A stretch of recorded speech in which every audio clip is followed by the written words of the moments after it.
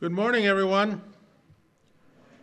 Welcome to our program today, Baby Business, the dollars and cents of investing in working parents.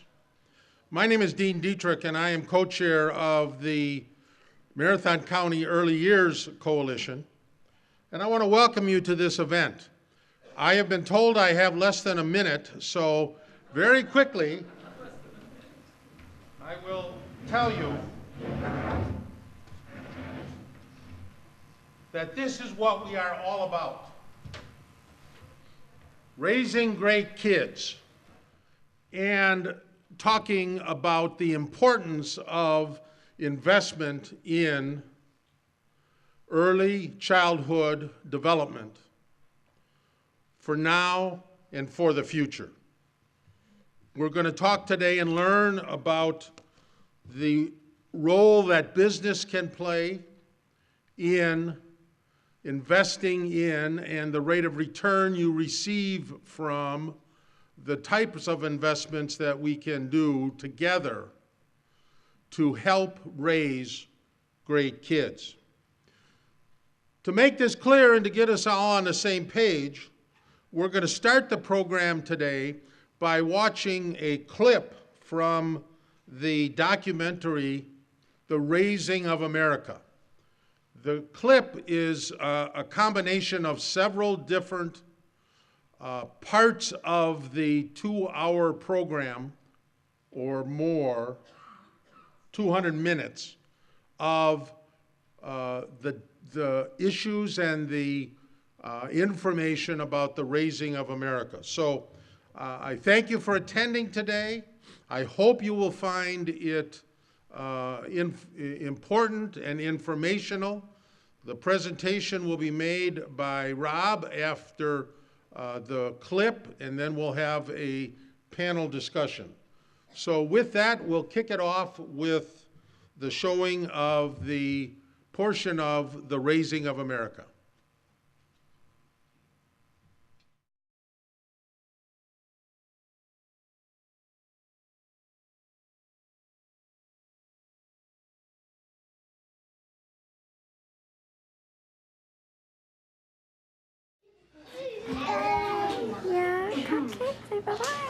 Children's experiences during their first 5 years are more consequential than we ever thought.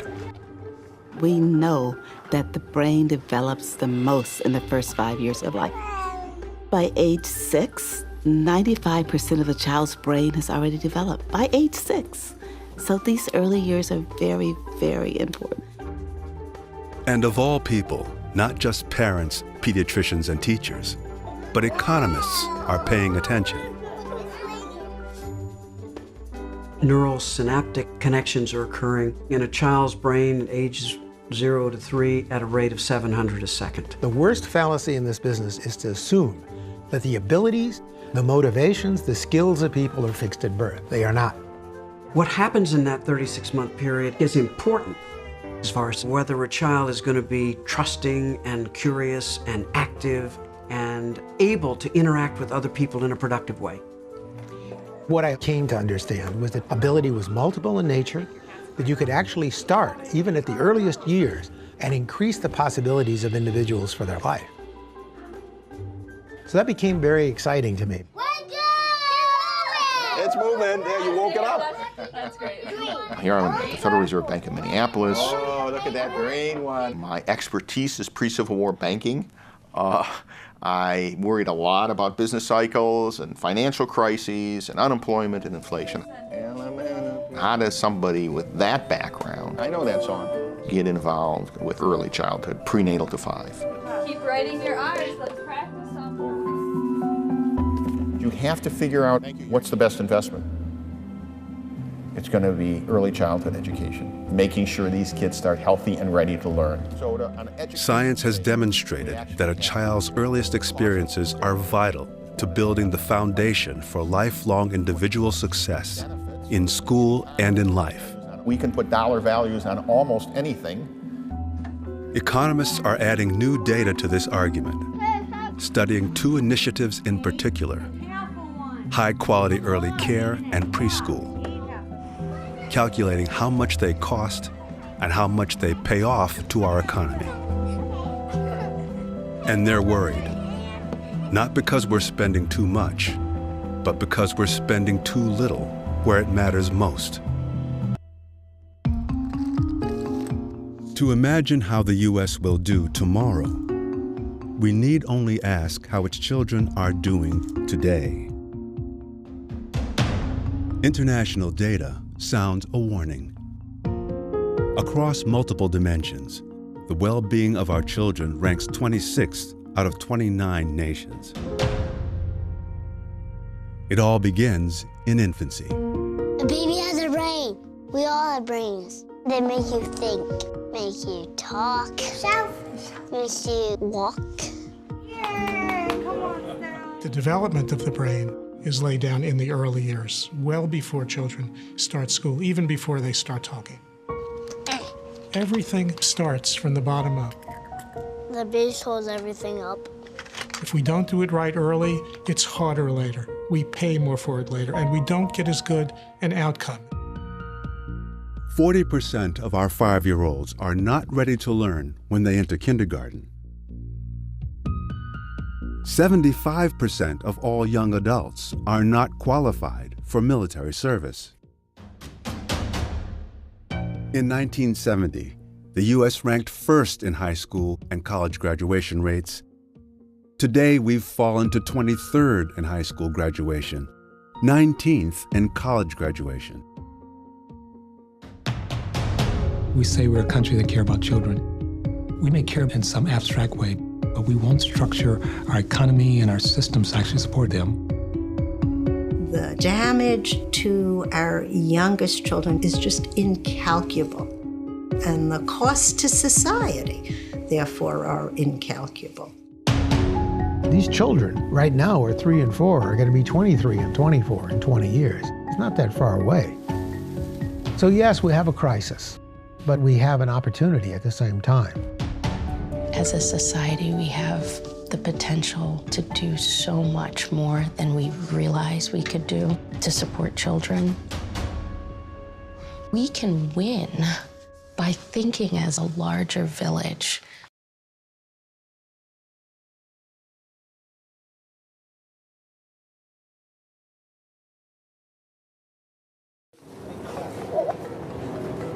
Our policies actually actively discourage parents from being able to take care of the children when they're very young. They may instinctively want to do it, but we don't make it easy for them.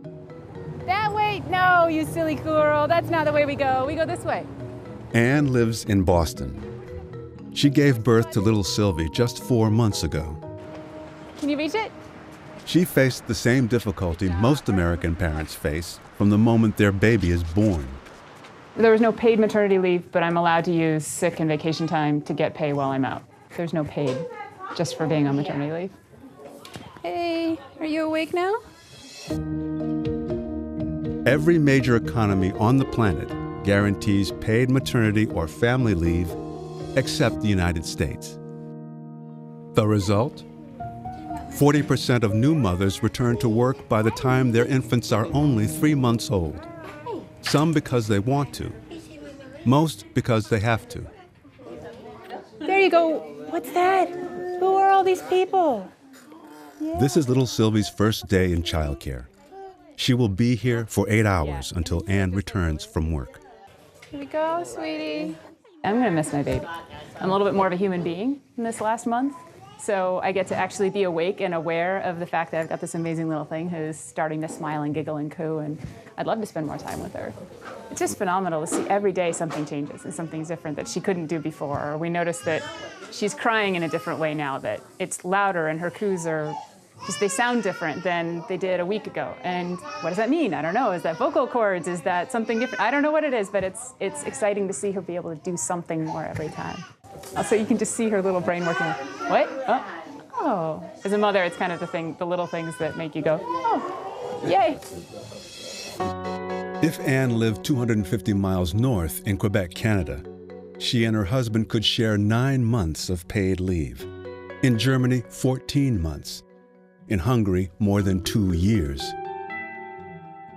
With the exception of 3 states, Parents in the U.S. are guaranteed only 12 weeks of unpaid family leave, and then only if a parent has worked for a company of 50 or more employees for at least a year. I work 40 hours a week. Leroy works sometimes 60 hours a week. He works a split shift, so like 2 in the afternoon to about when I'm done. 1, 2 in the morning. Leroy is a driver and mechanic, Erica a nurse. Combined, they work more than 100 hours a week. In fact, Americans work more hours annually than most all of our peer nations. In today's day, we all gotta work. And I can remember back in like my grandfather's days, the men work, the woman stay home and take care of the house and, family and things like that. In today's day, it surely can't happen. Everybody gotta go out and work and, bring it in. A growing percentage of Americans work unreliable, precarious schedules, which can change from week to week depending on employers' demands. Yeah, and that's something that we have to work on. I do rotating nights, so I'm on nights this week, and so the next week, though, I'll be on days. So it kind of balances out that way. Parents are juggling, shifting, trying to balance a variety of competing demands that there just don't seem like there are easy or reasonable solutions. It leads to a level of tension and stress. Is this what we've decided as a society? That this degree of tension, these complex trade-offs are the norm, to be expected, just a part of raising a child. These adolescents are America's future parents. For the girls in our study who have been exposed to a lot of early life stress and who have some kind of dysregulation in their stress response system, that prenatal environment for their child is going to be different, and it puts that child at risk. Then that continues generation after generation.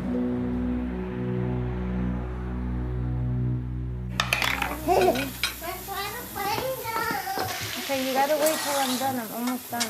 Oh, the rice isn't done. Fast on the heels of their child's birth, parents confront another stressful obstacle. All right, ma'am, we're coming. The lack of quality, affordable childcare. We were first looking at daycare when Yamina was pregnant. For over a year. Of 45 nations, the United States ranks 31st in availability of childcare, 16th in affordability, and most alarmingly for our children's development, 22nd in quality. I love you, brother. Yaminet and David are just starting life as a family, raising their son Nahum and daughter Nika. Tomorrow's a really hectic day. I have a training. I have to be there at 9 o'clock. Yaminet works full-time and more. I bring work home with me. It's just what I do so that I don't feel as overwhelmed. You need a fruit, Nam. Raspberries? David is on a fast track to finishing his education. I'm the breadwinner. I'm the sugar mama. Hi, honey. Are you ready to try something new?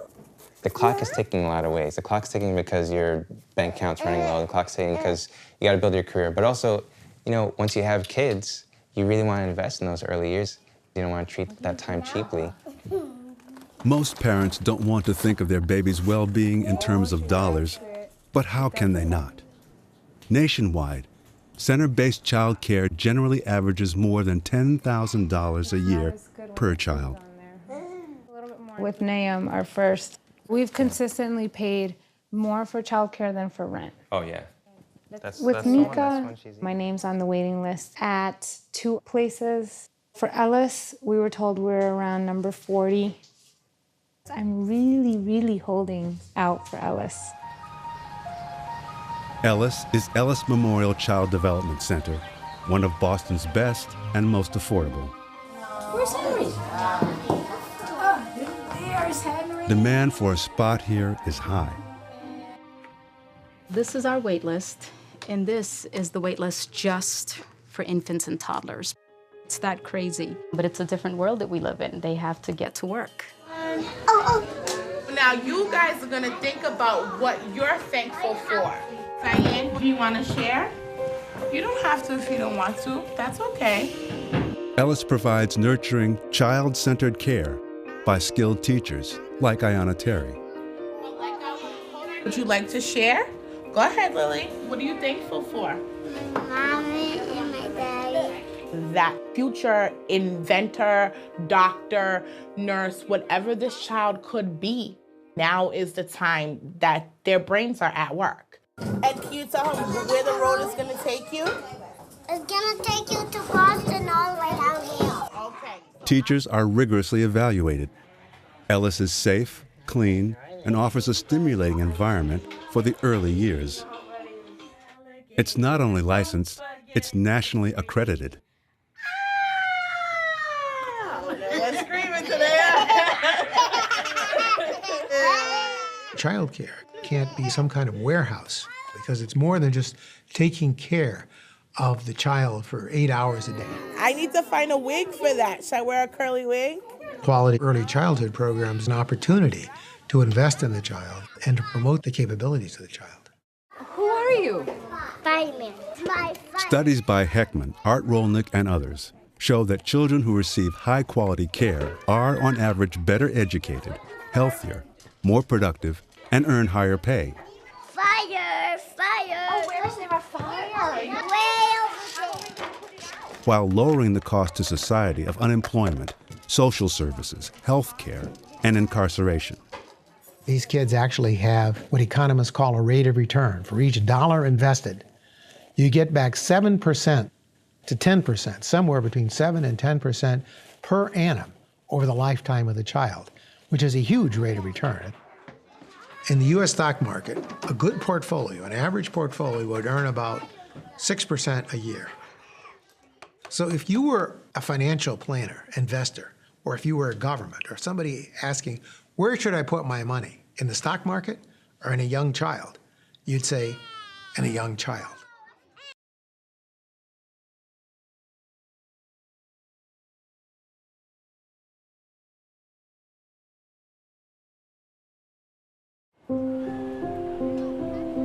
We've long known that what happens to us in childhood can leave a lasting imprint on the adults we become. The places we live, the people we know, the best of times, and the worst. They all somehow become part of us. Now, a new science is telling us that our experiences go even deeper than we thought. It happens on the genetic level. Experiences, scientists have learned, can leave chemical marks on our DNA. Those marks can switch genes on or off, changing the way our bodies and our brains function. The changes can prime us to thrive, or they can impede development, affecting health and well-being for life. We're talking about processes here that are at a biological level. It just gets under the skin in a variety of ways. These chemical tags are set in place during critical periods of biological change. There's these special vulnerabilities in utero, during pregnancy, in infancy, in early childhood. Everything in an infant's experience can help or hinder. Diet, environmental toxins, housing, safety, even the parent's stress levels. These new discoveries have profound social and political implications. Because if social influences can alter the way our genes work, then early environments can result in biological obstacles to success. The poorest kids in our society, not surprisingly, are the most vulnerable to just about every health outcome we can measure. These are fairly healthy young children who, with time, are going to suffer the consequences of their social class. New evidence shows that social and economic stressors can affect children in infancy, causing changes in gene expression, changes that may last a lifetime. It affects their way of thinking, it affects their views of themselves, it affects their social relationships. But along with a new understanding of how early experience influences development, this science brings hope. Improved social conditions, the evidence shows, can actually provide the biological foundation for lives that are healthier and more likely to thrive. The science is clear about this. What we need is for the policy to follow the science and get us to more protective environments for children. Okay, we're going to run a short localizer scan now. Recently, new neuroimaging technology enabled the Wisconsin team to see whether or not parental stress might impact the very architecture of their adolescent children's brains. The team especially wanted to look at one critical brain circuit, the connection between the amygdala and prefrontal cortex. The amygdala recognizes threat and sounds the alarm.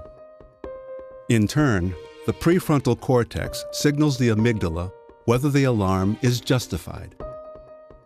We want to see a good flow of traffic on that highway because that's a highway that's helping that child regulate their emotion on a moment-to-moment basis. How to deal with emotions, when is it appropriate to express emotions, what are good things to feel, what are bad things to feel. So we can get right in the middle of the amygdala there. That was fantastic. So, was there a difference in these two parts of the brain in those adolescents who'd experienced early life parental stress? When we look at it now that they're 18 years old, we see lower connectivity between the amygdala and prefrontal cortex. For the kids with early stress exposure, it was just way out of whack. What we found was a pattern that absolutely fits with the rest of our data. It was an amazing thing to see, and to see such strong associations throughout. And this whole pattern then predicted anxiety in these adolescent girls. It really is setting up a system that responds differently to stress in the future. When we're stressed out, we're not taking in as much information. We're not functioning as well in our daily lives. We might be getting everything done, but maybe we're not learning as well. And so it does have an effect on later achievement and academic outcomes. In terms of health and functioning, we know that they do worse than kids who are less stressed.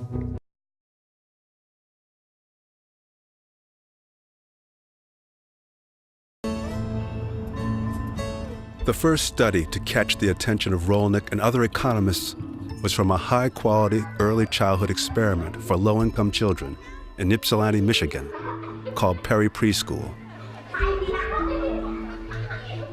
Founded in 1962, Perry Preschool grew out of the spirit of that time, the growth of the civil rights movement, desegregation, and equal opportunity. The Perry children had master's-level teachers and low student-to-teacher ratios. Educators even visited the families at home every week. The children that were receiving the Perry intervention received 3 hours per day of a cognitively rich preschool program, right? That focused on things such as math, literacy, play-based approaches, focus on engaging their imagination and their own investment in their learning. The Perry kids were compared to a group of their peers, a control group, who weren't in the program. Both groups have been followed for 40 years. They found that the children that were in the high-quality program were less likely to be retained in the first grade, were less likely to need special ed, were more likely to be literate by the 6th grade, graduate high school, get a job, pay taxes, start a family.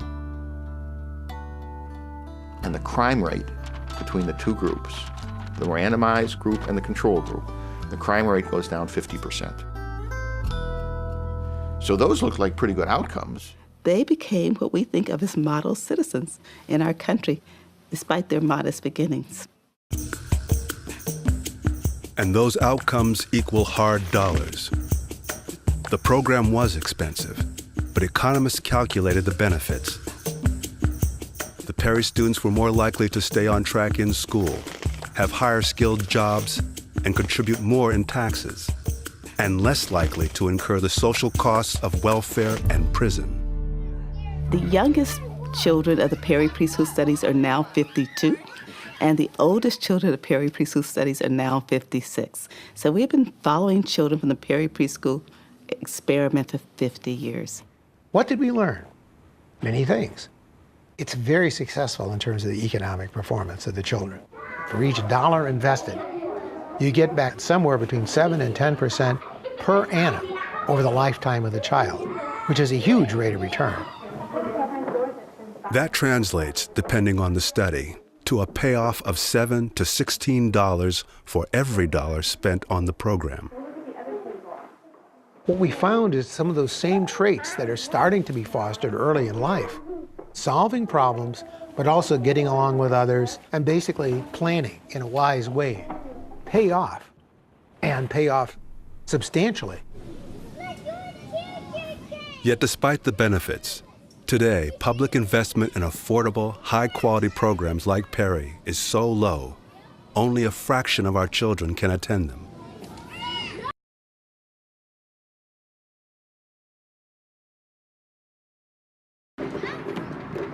Nationwide, special education is provided for children with developmental delays. In Utah, the costs were spiraling. When Senator Osmond went looking for solutions, one school district stood out. Granite District in Salt Lake City is large, and many of its families live in extreme poverty. In 2006, the district decided to invest in high-quality early education, like Perry Preschool had 40 years earlier. Leonardo, can you put this one up for us? Children coming from at-risk family situations often look like children who have disability, and yet what they really have is a lack of opportunity. The dog. Woof. Many of these kids come from homes where English is not spoken, and in the past would have been steered to special education. What impressed me most about their preschool program was how engaged these young children were in the educational process. Hey, this one is O. Can you say O? And how organized that the entire setup It was. looks like, is this the letter O? No, where did it go? These teachers knew exactly what was going on, the kids knew what was going on, and they were participating in the process. I always tell our staff that I know that we're right on target and that the kids are right there with you when they're kind of coming up out of their seats and they're leaning forward and they want to get to the teacher. The letter is A. We know we've got them engaged in an activity, and when you're engaged, you're learning. Bed first. The children were given standardized tests at the start of preschool, and their progress has been carefully calculated. 238 children, a third of all tested, scored so low they would likely need special education when entering elementary school. But after 2 years in Granite's high-quality early education program, only 11 of those 238 students were assigned to special ed. Jason, Ray, Diego, and Maria were among the low-scoring students. They are in 5th grade now and have been testing as well in math and language arts as the kids in high-income schools. The first time I did it, I got 11 minutes and 26 seconds. And the second time, I got 8 minutes. Wow. At first, when he gives us the homework, I look at it and I think, do I know this or do I not? Will I need help? Will I just do it by myself? Right. And then once I get home, I've already thought about it. How many of you are planning to get that alumni award? All of these 4 children were in a range where they were potentially eligible for special education at that moment. My mom wanted to move me to another school, but I'm like, no, please, please, no. We didn't put them in special ed. We found that over 4 years that the state alone saved $1.4 million. And if you include the federal savings, it was an additional $1.1 million for a total combined state and federal savings of $2.5 million. We have an opportunity to mainstream these students and save significant dollars down the road, and there is the statistical, historical evidence that it will work. Granite District's preschool program is reversing a seemingly intractable national trend, where the achievement gap between high-income and low-income children has widened by 40% since 1970. A 22-point gap between low-income and high-income schools in the Granite School District in language arts was reduced for the preschoolers to a 5-point gap. It's so compelling, you cannot avoid having the conversation. Why not invest early?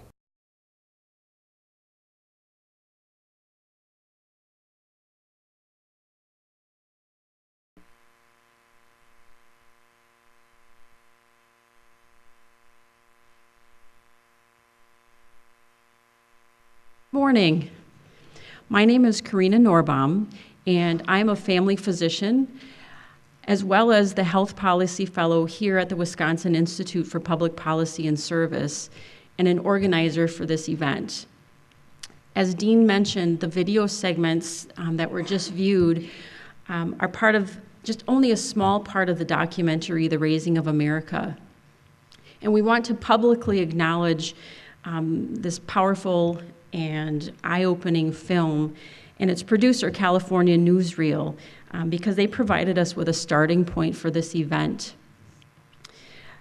Of note, you can view the entire 200-minute video series online or on DVD. And through February 15th on their website, you can actually view the entire series for free. And after the 15th, it's very nominal. I think it's $1.99 for 7 days of unlimited viewing. The DVD is also available at the library, and it's available for purchase as well. At this time, I'd like to introduce our keynote speaker, Rob Grunewald. He's an economist with the Federal Reserve Bank of Minneapolis. Rob has been amazing to work with in preparing for this event. His breadth of knowledge around early childhood development has been a great resource for us, and he can truly talk across all sectors. Please welcome Rob Grunewald.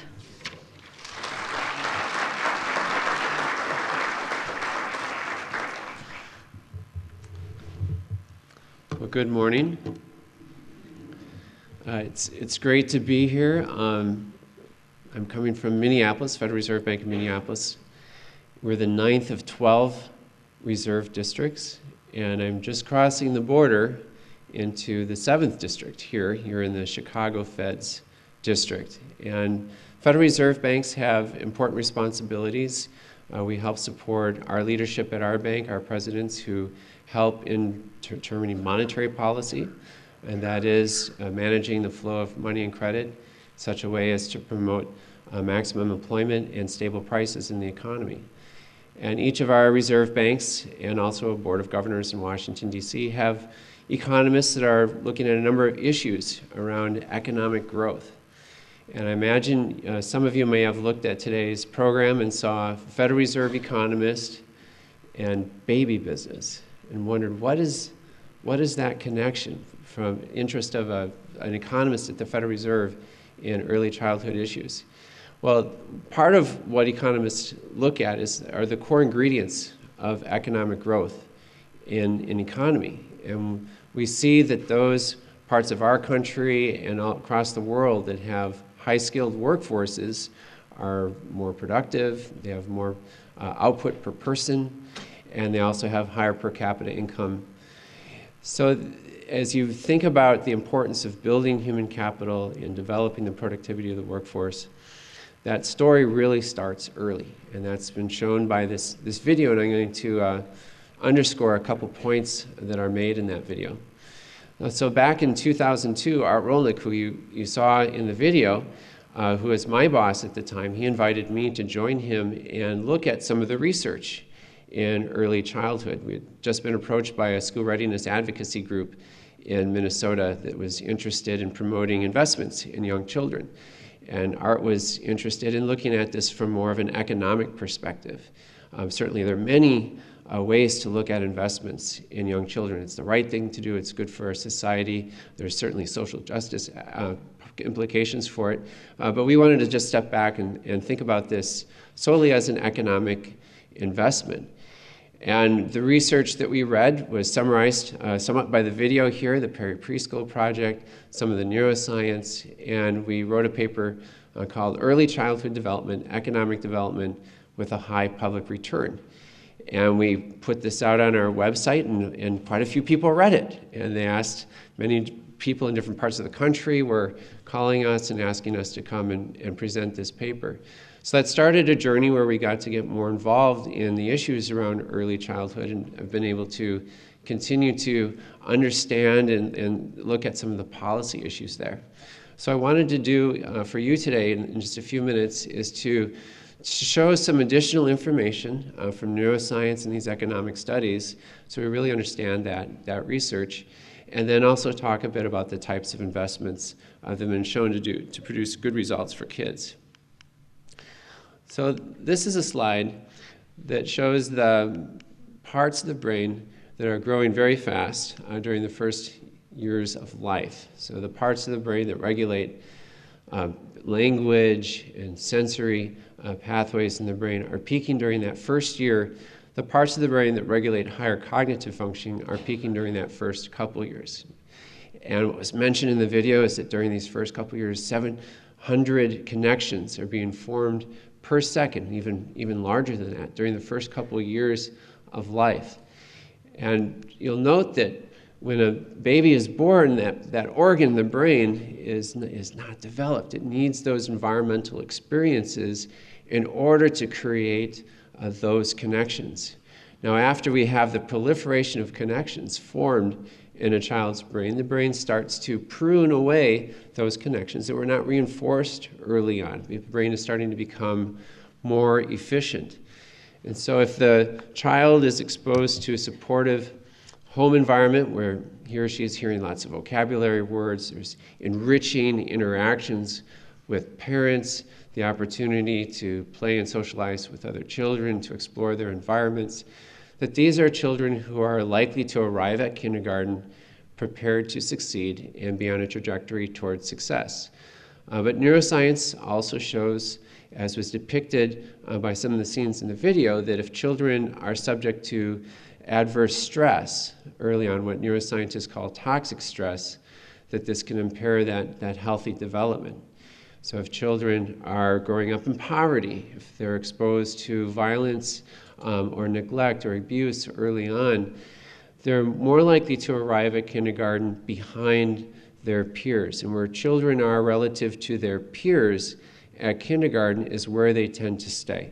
So the achievement gap that we observe between children coming from more advantaged environments relative to those coming from more disadvantaged environments can be observed at kindergarten, and in fact is observed earlier. Research by Hart and Risley did a project where they went into the homes of children with parents with different backgrounds, and they evaluated the number of vocabulary words that were spoken by the children over time. And they found that by the age of 3, in this graph showing that children who had college-educated parents had twice the vocabulary as children who are growing up in poverty. And researchers were beginning to detect those differences as early as 18 months of age.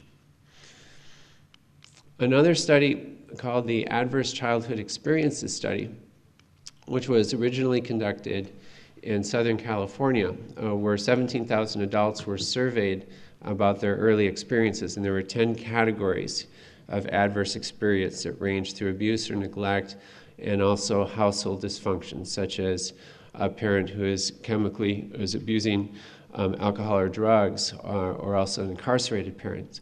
And they were able to categorize these adults into whether they had one or more of these types of experiences. And they found very strong correlations between the number of these ACEs, as they're called, and the incidence of heart disease, as shown in this slide, but also depression and other mental health issues, including the use of alcohol and drugs.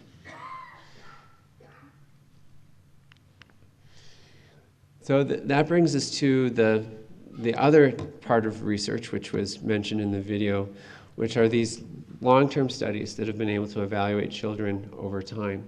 So once we've established that the early years are a sensitive period for development, we then ask the question, what impact does high-quality preschool or educationally rich childcare setting, also home visiting programs, what impact might that have, particularly for children in disadvantaged environments? So we had the peri-preschool talked about in the video, and what's noteworthy about this study is that they conducted a randomized trial. So the special education director at that time and also the Curriculum Foundation High Scope was interested in looking at really what is the impact of preschool on these young children. And there were a number of benefits that's mentioned in the video. This graph here just depicts what the cost-benefit chart looks like. So the cost of the peri-preschool in today's dollars is about $11,000 per child per year. On average, children attended for over a year and a half. Then we see savings to the K through 12 system due to reductions in special education. Then there are higher participant wages once the children reached working age, and these wages were measured up until the age of 40, and then were projected forward to about the age of 62. And now that's a private benefit, but some comes back to the public in the form of higher tax revenue. And then we see reduced use of the criminal justice system, so reduced need for police protection, reduced court costs, incarceration costs, and also reductions to the victims of crime. So all of these benefits, you add them up over time, and they're very large. You know, it's in terms of a cost-benefit ratio, the benefits of $16 returned for every dollar invested. And our estimates at the Federal Reserve are a little bit higher than Jim Heckman's that was mentioned in the video. We estimate those rates of return at 18% total and 16% for the non-participants or for the public. Professor Heckman and his graduate students have reanalyzed the entire study, and they make a more conservative assumption about how to measure some of those crime benefits. And so you mentioned his 7 up to 10% rate of return. But as Heckman noted, compared to the stock market, this is a very strong rate of return. Over a long time horizon, the stock market adjusted for inflation has been returning about 6% per year. So there are 3 other studies that use a high-quality research design and long-term follow-up that apply cost-benefit analysis. The Absenteeism Educational Childcare Program is an educationally enriched childcare setting in Chapel Hill, North Carolina. This study was conducted in the 1970s. Children were randomly assigned to attend this program beginning just a few months of age until kindergarten. And they found that children performed better in school, they were less likely to be retained in grades, need special education. They were 3 times more likely to go to college as an adult. And they were also less likely to be smoking at the age of 21, so they're using that as a proxy for healthy living habits. You see the benefit-cost ratio 4-to-1 here. An additional study has been conducted over the past year and a half that shows long-term health benefits. These children were less likely to have the signs for diabetes and heart disease later on as an adult.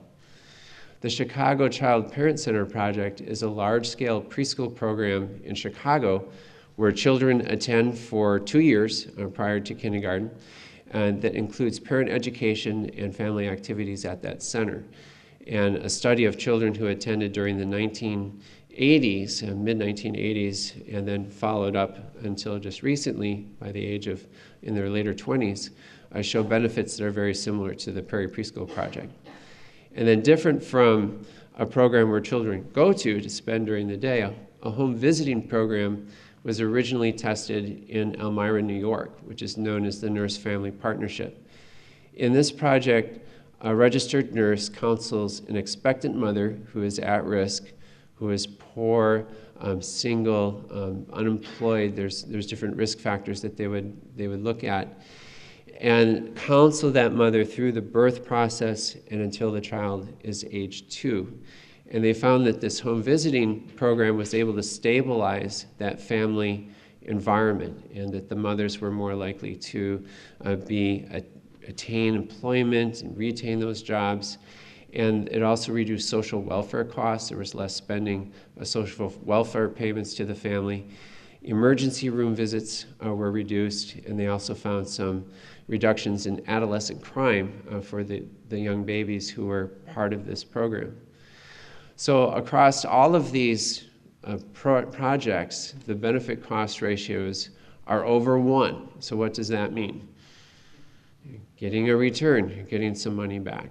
And certainly the children and their parents are benefiting from these investments. But across these 4 projects, the majority of benefits, about 60 to 65% of the benefits, accrue to the non-participants, to the public, to the taxpayer.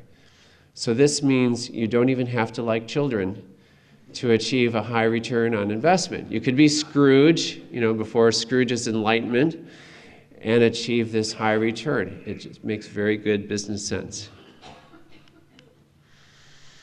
So through these long-term studies, we see that there are a number of benefits that you need to wait for in order to have that full high return. But there are benefits that accrue quite early in the home visiting programs, and also in the Chicago Child Parent Center study. They found that there is reductions in abuse and neglect in the home, that there's reduced emergency room visits, that also once children are arriving in school, those cost savings to reductions in special education, as was noted in the Salt Lake City project, are early cost savings. And when there is a strong child care industry, parents can make that choice to enter the workforce. And when they're at work, they're less likely to be worrying about their child care arrangements because they're sound and they're going to be more productive at their jobs. One of the findings in the Abecedarian study, that full-day program in Chapel Hill, North Carolina, is that the mothers earn 40% more in earnings than the mothers in the control group. That's largely because they had these solid child care arrangements. So there are a number of benefits that accrue in the near term. And this is important for a child care industry because we have such a large percent of our parents in the workforce. So this chart here showing the percent of children under the age of 6 that have all of their parents in the labor force. And so in Wisconsin, up here in the Midwest, we see that there's relatively high percent of all parents in the workforce relative to even the United States. So some key themes about investing in early childhood. And the first is the importance of investing in quality. So we want to make sure that teachers are well trained, as also our home visitors in these projects, using a research-backed curriculum, and also looking at the type of ratios that we have in terms of number of children to teachers. Involving parents is an important component of all of these investments, even a child care program where children might be at that program for 40 hours or more during the week, that those programs are connecting with parents so they understand the child development milestones that are occurring for their children and the type of experiences that they're having in the program. Reaching children who are most vulnerable will achieve the highest rate of return, and that our continuum of investments should start as early as prenatal up until kindergarten, but then really thinking also about those first few years in elementary school up to grade 3 as an important continuum of investment in young kids. And bringing this research to scale in terms of our child care subsidy systems. They're not reaching all families that are low income that would be eligible for these child care subsidies, and they often don't pay at a market rate that it really provides programs to provide a high quality experience. Also programs such as Head Start, which is available for children ages 3 and 4 at 100% of poverty or below, are only reaching just about half or a little more than half of children who are eligible. And Early Head Start, which would be available for children ages birth to 2, is only reaching a small fraction of children.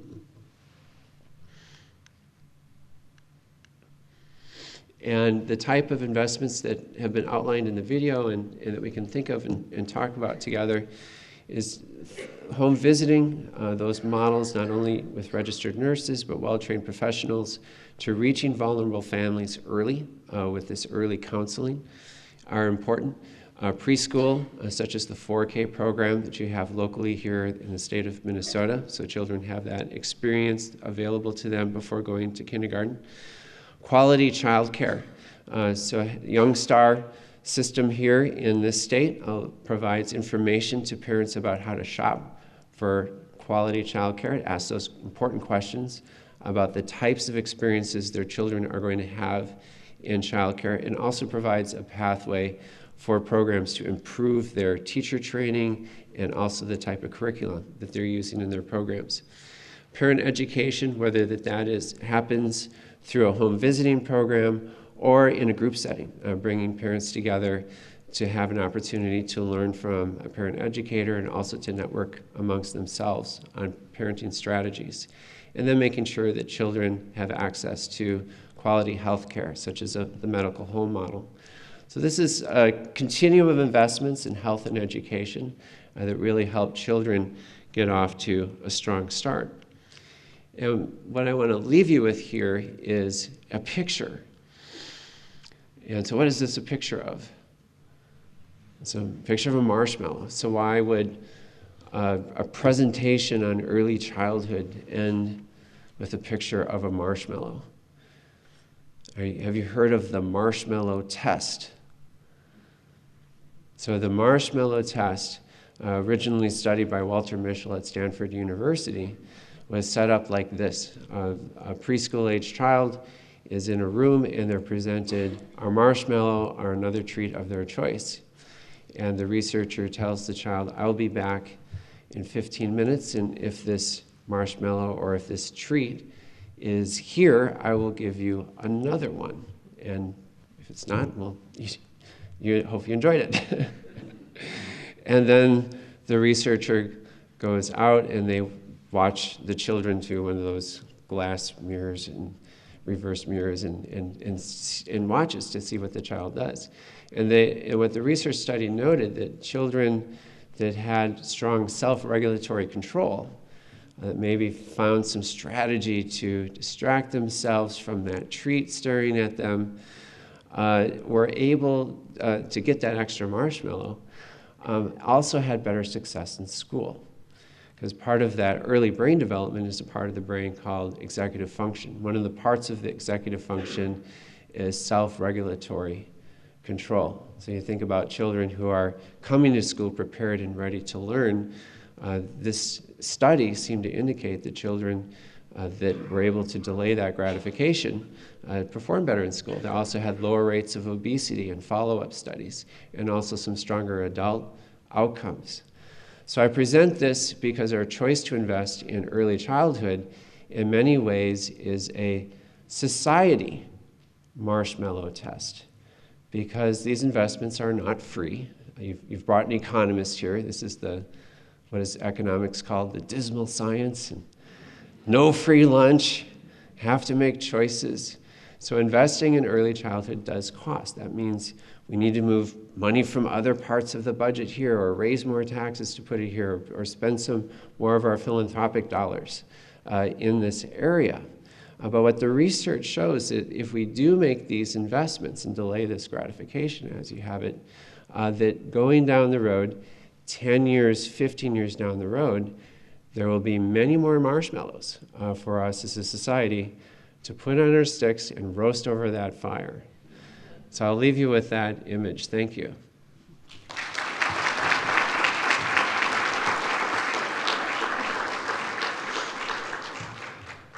And we have some time for questions about my presentation and also the video prior to the panel discussion. So if you would like to raise your hand and ask your question. See a hand go up in the back? Here comes a microphone for you, it looks like. Of the 5 investments you put up there, which 2 would give you the greatest rate of return? So the question about all of the investments, so I showed you Perry, Abbotsford, Chicago Child Parent, home visiting, and so on. What's important to note that these rates of return are really high. It's also, we need to be cautious somewhat in generalizing from a specific study to other populations. So it really is going to depend a bit on what your population is. So I'm going to answer your question in this way, by saying in terms of what we want to invest in, we want to match those investments with the risk profile of the child and also the age of the child. So let's say a continuum starting with home visiting. Home visiting has been able to show strong rates of return. That tends to be focused at children who are of an earlier age that are in a situation with risk. So there, let's say we have a home visiting program to start out with. For children that are very high risk, let's say are in child welfare, there would even be a need for stronger interventions, perhaps more of a therapeutic group-based setting to bring some resources to those children that might be more expensive. Following up quality childcare, making sure that childcare arrangements have education happening in those settings. It will get you a strong rate of return. And then having preschool just prior to going to kindergarten. Now, children that have lower risk, those kids are in a better situation. That 1 year of preschool may be all that's necessary before going on to kindergarten. So it's really matching risk profile of children relative to the type of investments to be made.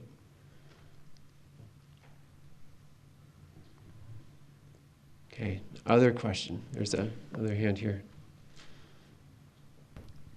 So I look at the world through the lens of child abuse prevention. I'm wondering if any one of these key investments showed evidence-based promising results in child abuse prevention specifically?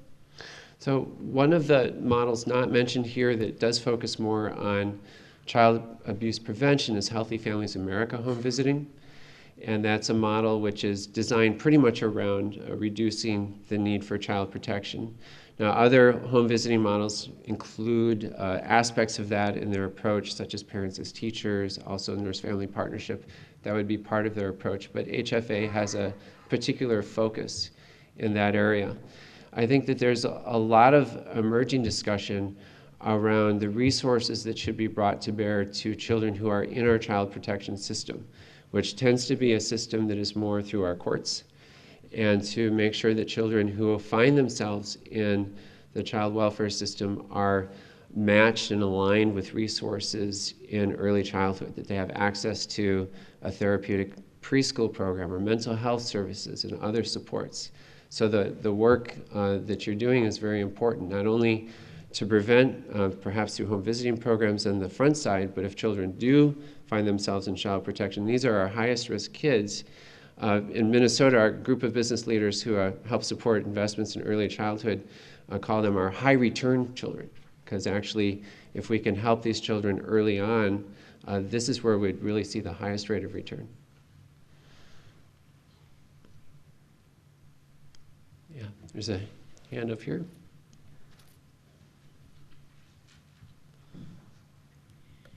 Are you aware of any long-term research regarding the cost to employers of parents with children in special needs settings in regard to medical appointments, meetings that the parents need to attend at school? As a former principal, I saw parents needing to be called away from work for behavioral issues and many other things associated with children with special needs. It's a very good question. I'm not aware of a cost study that has been done on for parents with children with special needs, but it's a very good question, and I'll see if I'm aware of any literature on that. Yeah.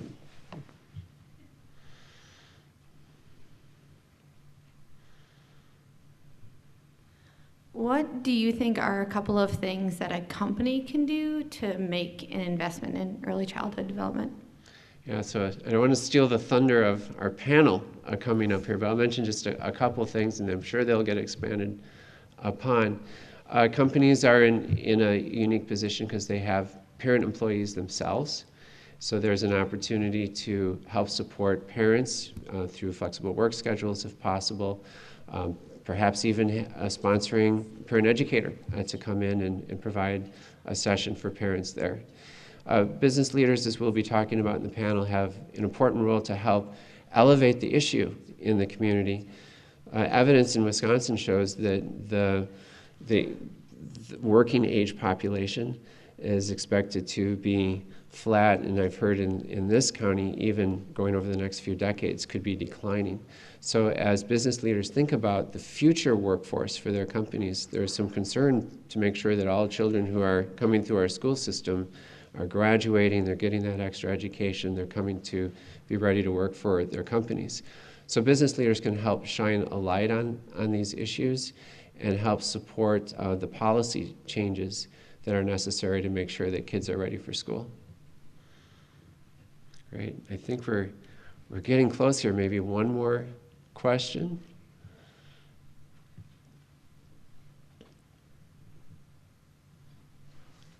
So, and if not, I will be on the panel, so I can chime in then. So thank you very much.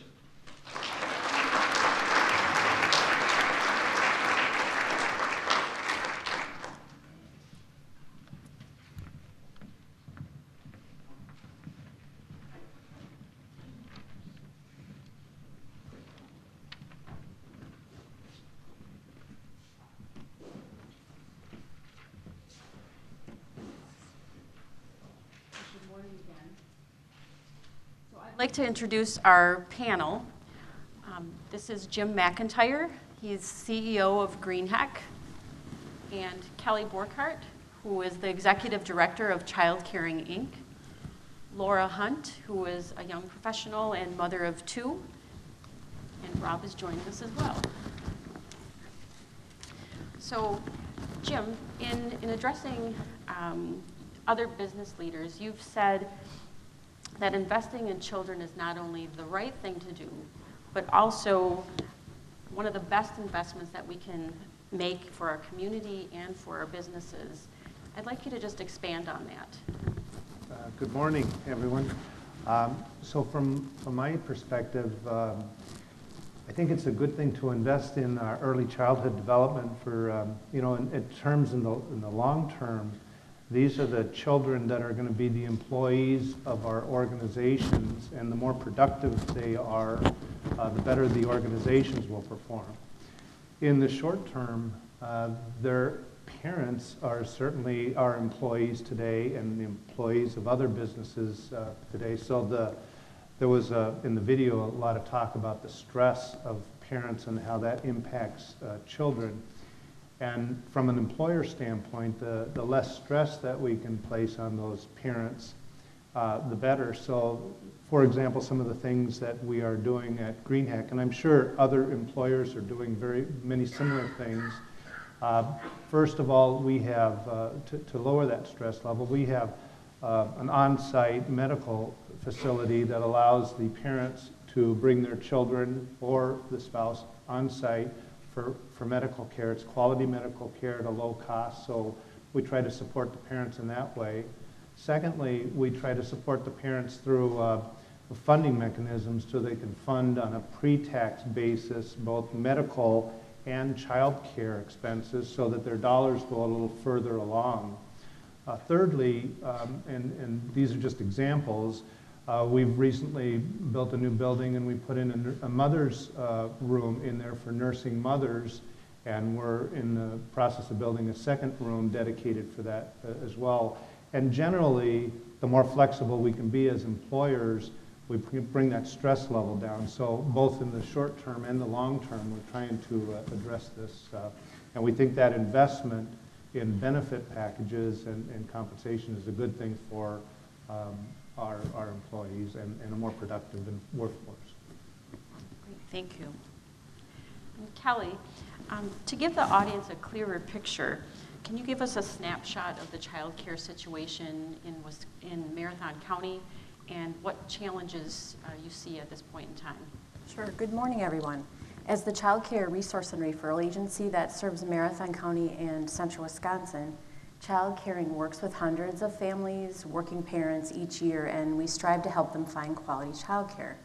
In addition, we support 134 regulated childcare programs with over 3,500 childcare slots here in Marathon County alone. Parents rely on childcare to earn the money that they need to support their families and also to ensure that their children are well cared for in safe and caring environments. High quality childcare, that care that provides safe, stable, developmentally appropriate and stimulating environments help children enter school prepared to learn. We hear about difficulties from families, working parents in finding available spots for childcare, especially if they have a newborn child, especially if they work second or third shift, or if they live in a rural community like Laura. Many families also struggle to pay for childcare. In Wisconsin, if you're a single parent at the poverty line with 2 children, you could potentially pay 88% of your income on childcare costs. That's astounding. How is that even possible? Childcare can cost more for a family sometimes than housing or food in any given month.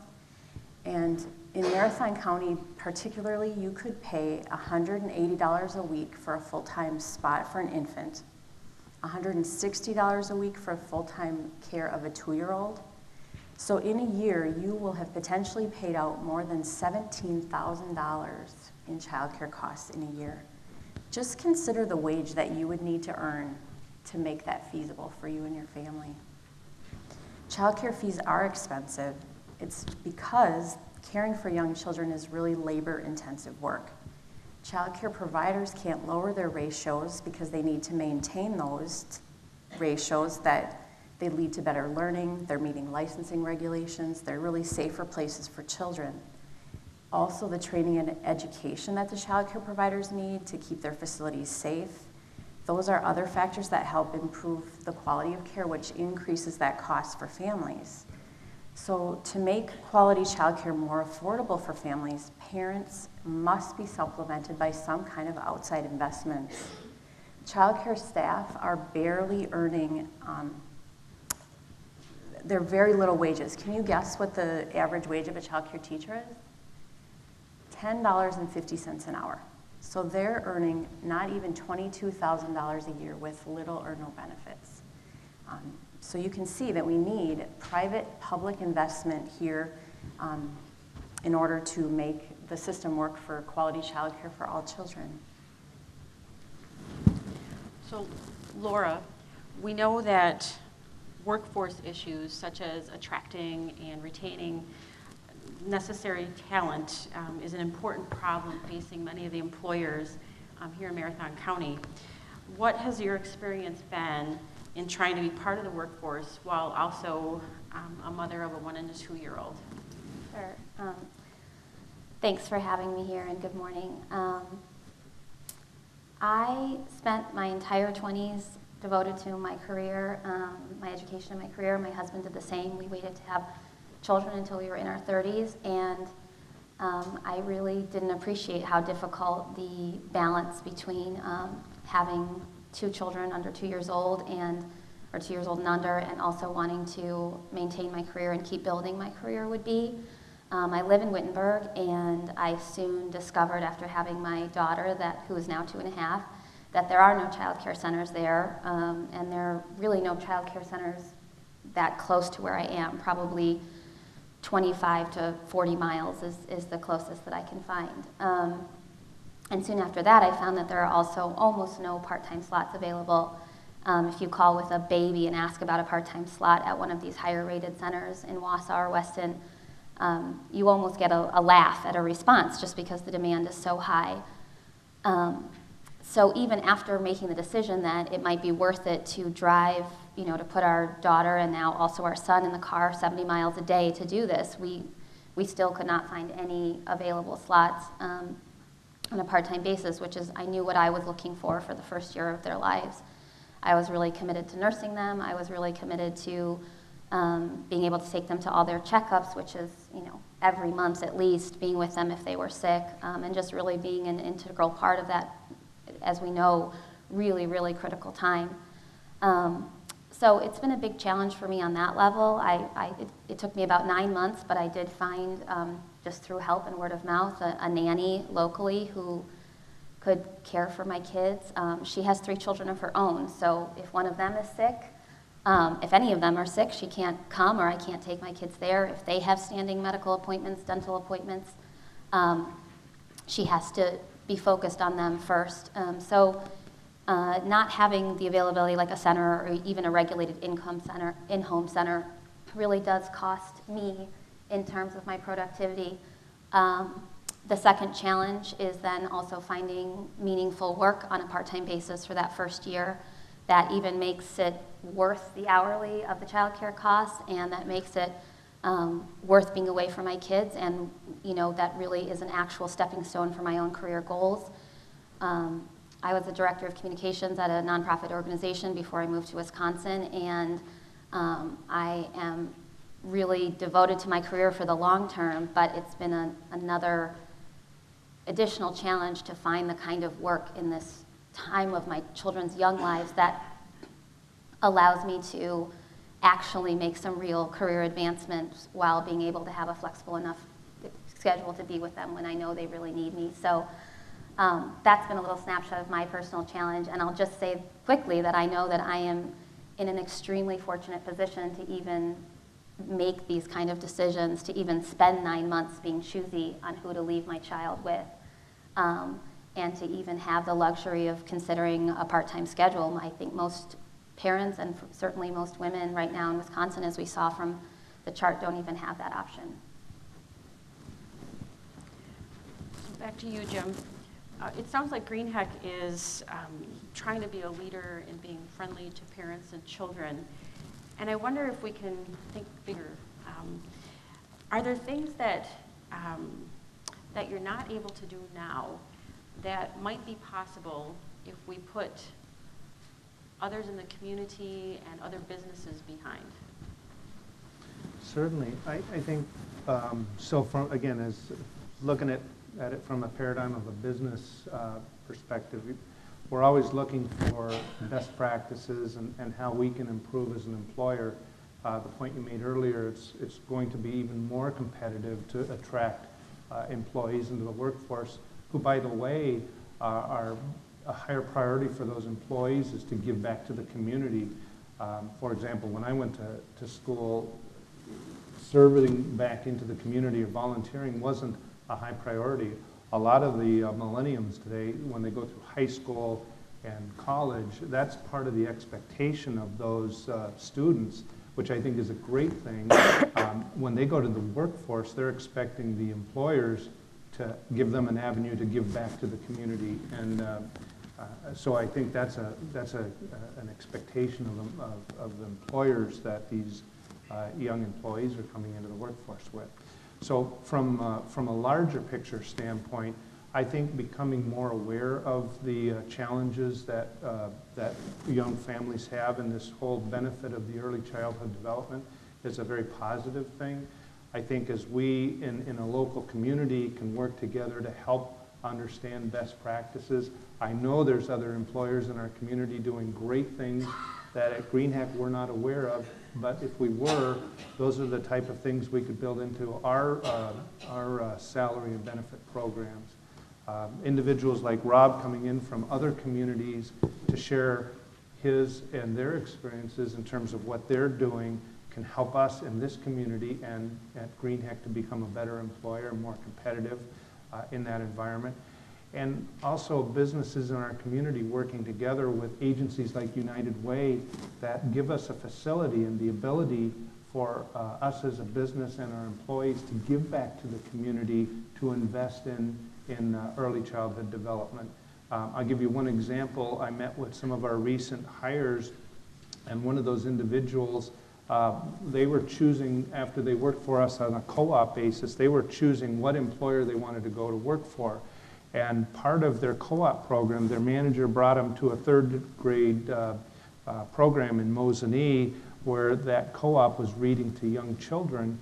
And they not only saw the values on the writing on the wall in our organization, but they saw it in a living way, and it was one of the reasons why they selected to come to our organization. So I think the whole idea of bringing the community together locally, educators, the medical community, the businesses, and agencies like United Way can only help us become stronger and a better community at large. Kelly, we saw the graphic that Rob shared showing that nearly 75% of Wisconsin families have all members, all adults working in the labor force. And so therefore, quality childcare is of the utmost importance. And if we're thinking big, what do you think about as far as how could you envision improving access to affordable and high quality childcare if we had public and private investments? I think my thoughts really mirror a lot of what Jim has previously said. I think that it's fiscally responsible for us to build upon some of the systems we already have in place to address the issues of affordability, accessibility, and quality in childcare. For example, we have scholarships for families to help them pay for childcare. They're called Good Start grants. We implement those with funding from Marathon County United Way and the Esther B. Greenheck Foundation. It's one way to make childcare more affordable for families. The grants actually supplement the Wisconsin Shares childcare subsidy system that's available through the state of Wisconsin for low-income families. And they help to meet that funding gap between what the providers are charging and what the families can afford to pay, because families should not have to choose between affordable care and quality care. The other issue is if we're able to build a supply of regulated childcare providers, then parents will have more choices and more options. In some areas, we've experienced as much as a 40% decrease in the number of childcare programs over the past several years. The state of the economy, an increase in some of the regulatory requirements like fingerprinting for childcare providers, and the implementation of our quality rating system have really impacted the overall numbers of childcare programs in the area. I think that we really need to consider some innovative and creative ways to bring people into the early childhood field, and childcare really needs to be seen as an economically viable business. One other example would be just over 5 years ago, childcare advocates, along with the Wisconsin Department of Children and Families, worked really hard to pass a quality rating system that we've alluded to here today, and it's called Young Star. Regulated childcare programs can earn up to 5 stars, like you see with hotels and restaurants.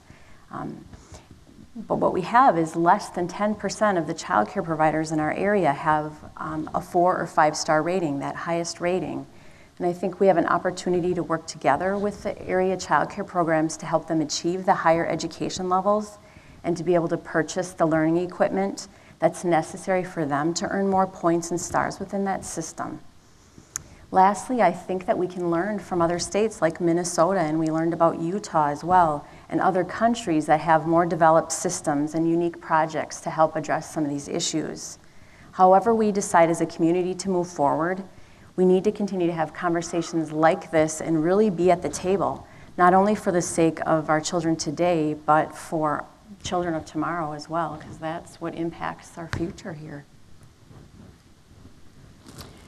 Laura, you described some of the challenges that you have in trying to juggle your career and being a mom. Could you give a couple of examples of what might support you and other parents of young children to help you more fully contribute your talents and into the workforce, but also feel that you can still raise great kids? Sure.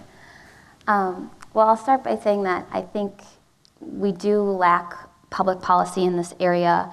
As Kelly mentioned, we, compared to other countries, we don't have a lot of protections for parents in the workplace and a public policy standpoint, like, guaranteed paid leave and those types of things that really make you feel like you can have your children and not lose your job. So I think that the private sector in this moment are really the ones who can make this workable for parents right now. And I was thrilled to hear some of the ways that Greenheck and I'm sure other companies are committed to doing that, because that's really, in terms of the present, all we can count on is employers making these decisions to do the right thing for kids and to retain their employees.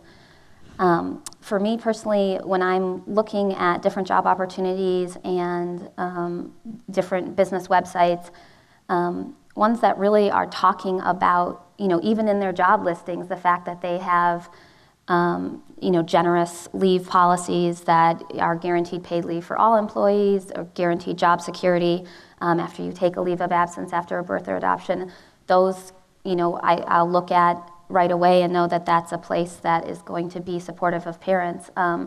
Also places that, are really, I think for me personally, having gone through this now twice in the last 3 years, the first year of a child, my son just turned 1, thinking about that first year and knowing that you would be at a place where you can take a leave and then maybe phase back into a full-time schedule, when you know that in that first year you're going to be at the doctor a lot, you're going to be attending to a lot of needs in a really, really critical time.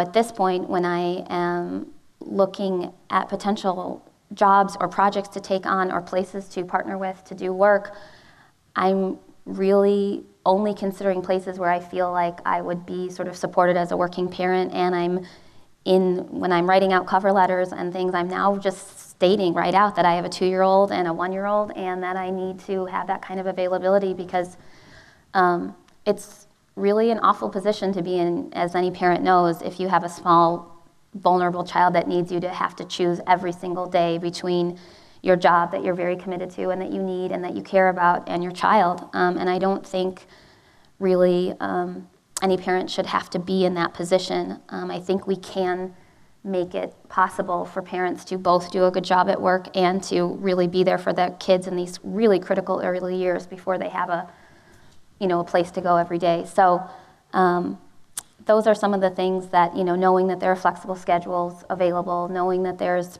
guaranteed leave, those are 2 really big things that come to mind being in this very early time myself, and knowing that those are available to all employees, not just a certain sector, to everybody at a company, regardless of their sort of status within the company. Every parent experiences the same thing in the first couple years, and every parent really needs to be able to be there for their children, whether they earn a really high income or a lower income. So those are some of the things that I think would help me, and I think that, as Jim mentioned too, they help businesses. It's really shown that that women being in the workforce and being able to stay in the workforce on some level has a major benefit for businesses in the long run and for society in the long run as income earners. So I think that we have time for a couple of questions from the audience, and so we have microphones coming around. This is a question for Rob to start with, I guess.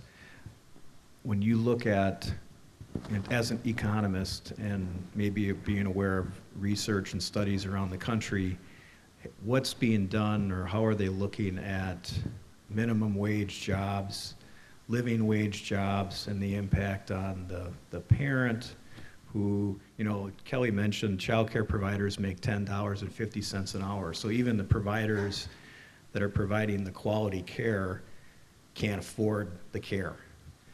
So the question for you is, what's out there in terms of research around living wage jobs and looking at the increase in the minimum wage? Well, certainly for child care workers, part of the problem with the whole sector is that we don't have enough resources in the sector relative to the benefits that can provide all of society. So parents who are needing to purchase childcare early in their earning cycle as a family, they tend to be younger parents. They'll be earning more later, but not so much early on when they're trying to buy childcare. And so those prices for childcare are going to be lower. But yet the benefits to society have just not been articulated well. They haven't been brought into policy well. So for example, if our child care subsidy rates, which tend to be pretty low relative to the market, if we could increase those rates and especially reward programs with higher quality, that would provide an opportunity to provide those living wage salaries for teachers so that they can be paid more. There's also ways to look at how to supplement the wage. For an example is Louisiana provides a tax credit to child care workers who are in a high quality program, so that helps to supplement their wage and get it more into that living wage. But it's important that these salaries get more competitive, because what we find is that a worker who goes on and gets a bachelor's degree in early childhood education and is looking to be working in the child care industry with very young children sees that an opportunity to work for the school district is just a better opportunity for their own family, because they can get paid more working as a kindergarten teacher or as an elementary school teacher. So this is a very important issue. So in the interest of staying on time, I'm going to stop the questions, but just know that the panelists will be available afterward for some question and answer on an individual basis. And I'm going to turn it back over to Dean. First, before we close this out, let's do another round of thank you to our panelists.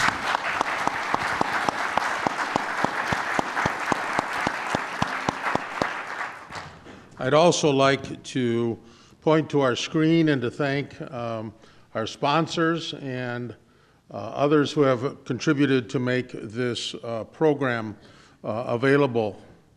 This is a starting point.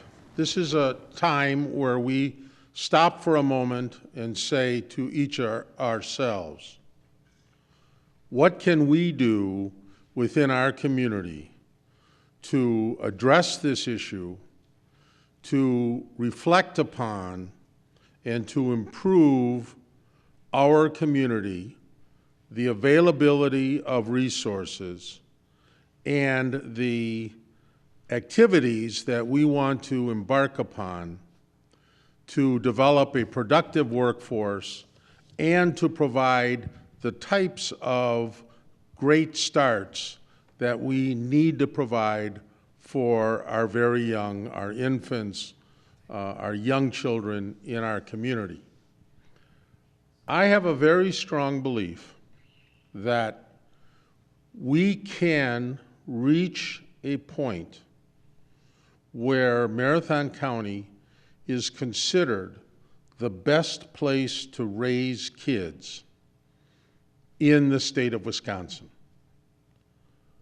But that needs to be an effort from all of us, from the businesses in our communities, which has been much of what our focus is in our kickoff today, to the individuals in all of the organizations, to our local government leaders, to our state and national representatives.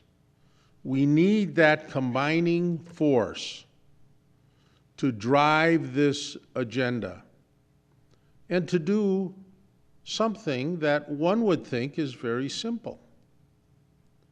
We've heard and seen all the statistics that say the brain development of a child, which is the basis for their future success, occurs in that first 1 year to 2 years of life. And it is that foundation that we need to support and grow so that success for our young, our infants, and our very young children can be the cornerstone of our future. As one of the presenters said today, and I'm not sure if it was on the Raising America or someone here, we have to be a very large village to make this work. We can be that large village if we will all take the time to help when you can, to assist everyone in setting up a framework for early brain development in children and the development of a family-friendly environment for everyone. I ask you to be part of the growing momentum on this issue. The Early Years Coalition believes that Marathon County can be the best place to raise kids. RaisingGreatKids.org is part of our information and material we provide. We are going to be working directly with the business community to provide additional resources for parents. We ask you to please be receptive when you're contacted by the coalition, to be of help, to take this larger village and to drive an agenda to make us the best place to raise kids. A special thank you to Corey and WIPPS for coordinating this program. And in closing, I thank you all again for attending. And again, one last time, let's thank Rob and the panelists.